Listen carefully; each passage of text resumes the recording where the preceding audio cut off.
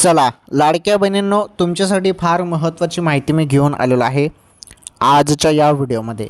हे बघा, KYC झाली का? KYC झाली नसेल तर करा, कारण KYC प्रत्येकाला करायची आहे, प्रत्येक बहिणीला करायचीच आहे. KYC केली नाही तर तुमचा हप्ता थांबवला जाऊ शकतो.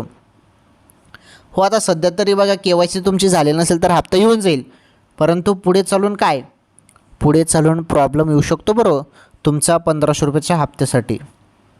त्यामुळे KYC करून घ्या माझ्या माता बहिणींनो. ओके, चला ऑक्टोबर 1500 रुपयाच्या हप्त्याबद्दल काय अपडेट आहे ते अपडेट आपण या व्हिडिओमध्ये बघणार आहोत. 2-3 दिवसामध्ये हप्ता तुमच्या खात्यामध्ये जमा होईल अशी माहिती सूत्रांनी दिलेली आहे. आणि हे साधेसुधे सूत्र नाही बरं का, विश्वसनीय सूत्रांकडून ही माहिती आलेली आहे. 2-3 दिवस वाट बघा, पैसे येऊन जातील, हप्ता येऊन जाईल. ओके.